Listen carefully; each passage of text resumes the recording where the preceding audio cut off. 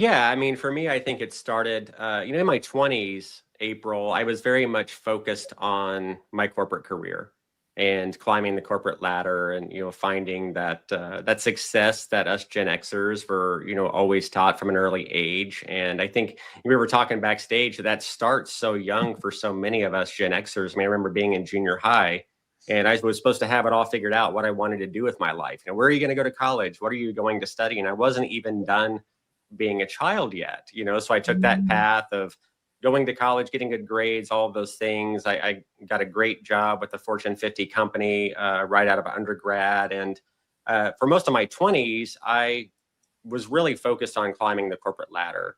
And at the end of the day, I was searching for purpose, and I found that to be very unfulfilling. And coming from a history of alcoholism myself, my father was an alcoholic all of my childhood. In fact, he's 7 or 8 years sober now, and he's Mm. 73. So he didn't even become Great. sober until he was in his middle 60s.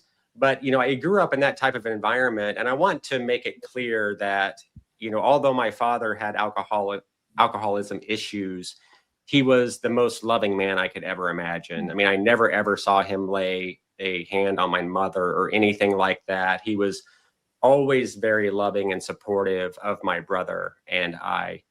What I later learned is it's probably how he learned to cope with Mm. stress as a small business owner and everything that came along with that.